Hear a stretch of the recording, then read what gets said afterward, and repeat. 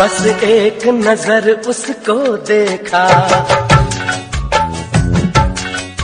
बस एक नजर उसको देखा, दिल में उसकी तस्वीर लगी हूँ।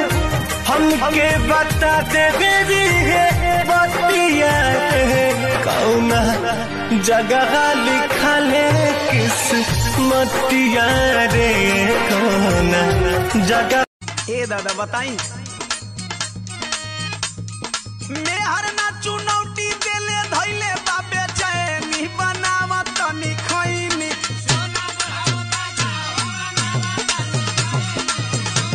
गली गली घूमेला हो मन के भवरवा, मिले नहीं चीको करार। पूछिए तोहरा से पुरुआ बेअरिया, कहाँ बाड़ी धनिया। हमारा घर भर के लोग तोह के जानत रहे, हमर मम्मी पतोह तोह के मानत रहे। मुँह कवन लेके जाए,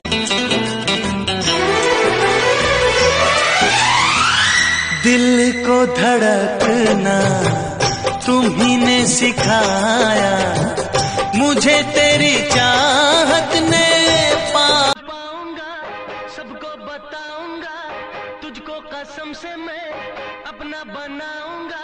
भीतर से मोना गुदगुदावे भाता के जब सलेन सा छुआवे, हमारे नियन रोवत हुई है, लोरावे से काजरा के धोवत हुई है, मनवा न लाग। नहीं तुम मत करो ना, मेरे को सिखा।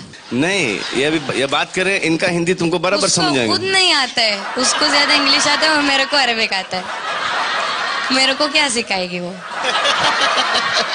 नहीं बराबर बताओ। हम तो हाई पढ़ल ससुर जी अनपढ़ आपकी डॉक्टर, मांगीला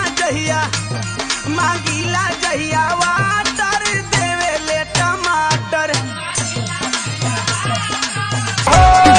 नित बड़ा मुरझाइल नशा में नसाइल, पियल तू बड़ा गाजा। इतना रोटियां उठता है राजा।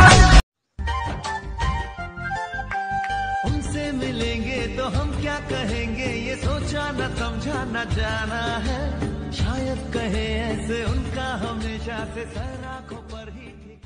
हम नहीं तेरे दुश्मनों